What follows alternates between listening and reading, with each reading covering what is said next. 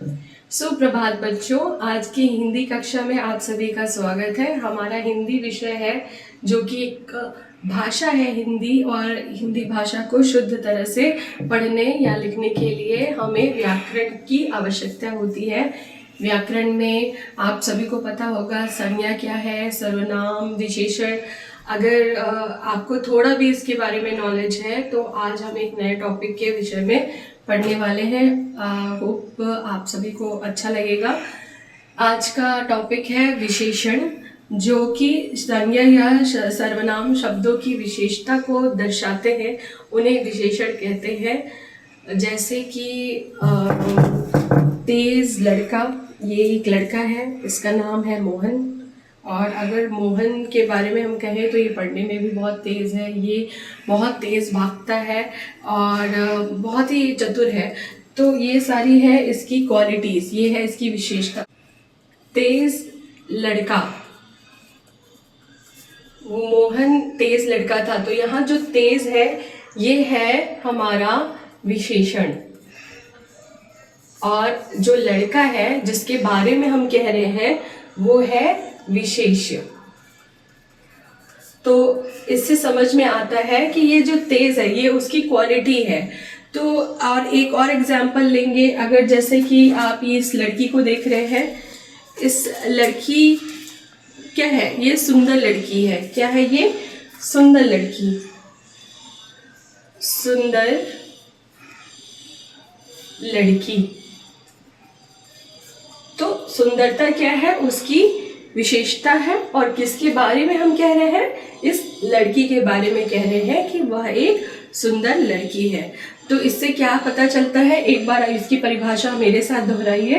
हिंदी व्याकरण में विशेषण संज्ञा या सर्वनाम की विशेषता बताने वाले शब्द होते हैं।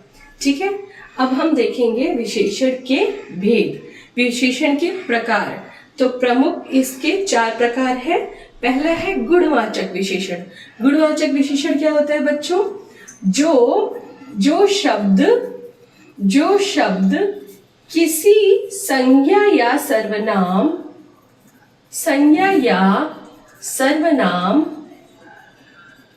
शब्दों का गुण, दोष, आकार, प्रकार, रूप या रंग, इन सभी चीजों को दर्शाता है, उसे हम कहते हैं गुणवाचक विशेषण। गुणवाचक विशेषण।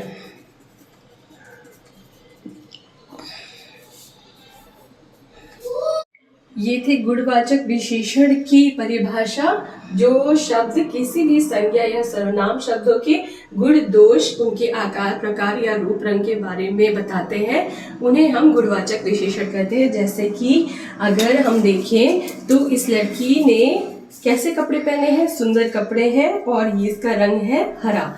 तो ये जो हरा रंग है, हरा रंग, तो हम यहाँ रंग बता रहे हैं इस लड़की के कपड़े का।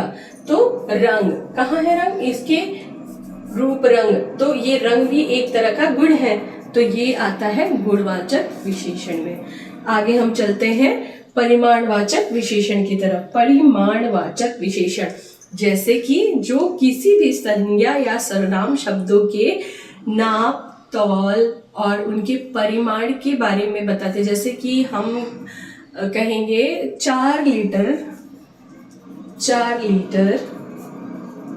दूध, तो इससे हमें क्या पता चलता है कि 4 लीटर दूध कितना है? 4 लीटर, ये उसका मेजरमेंट है, उसका परिमाण है। और अगर मैं आपको बताऊं कि ये जो परिमाणवाचक विशेषण है, इसके 2 प्रकार हैं। एक है निश्चित परिमाणवाचक, जैसे कि मैंने बताया 4 लीटर दूध या 2 किलो चीनी या 5 किलो आलू। तो इस तरह से हम एग्जैक्ट हमें मेजरमेंट पता है कि ये वस्तु इतने माप की है।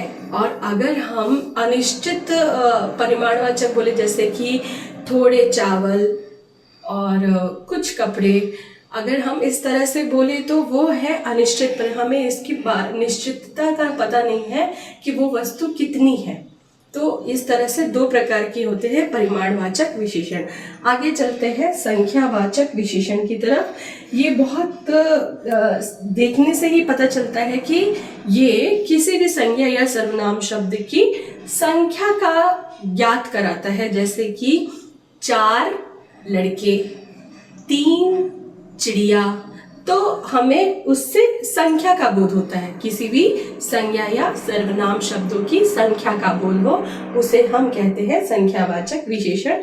संख्यावाचक विशेषण में भी दो प्रकार होते हैं। पहला है निश्चित संख्यावाचक, दूसरा है अनिश्चित संख्यावाचक।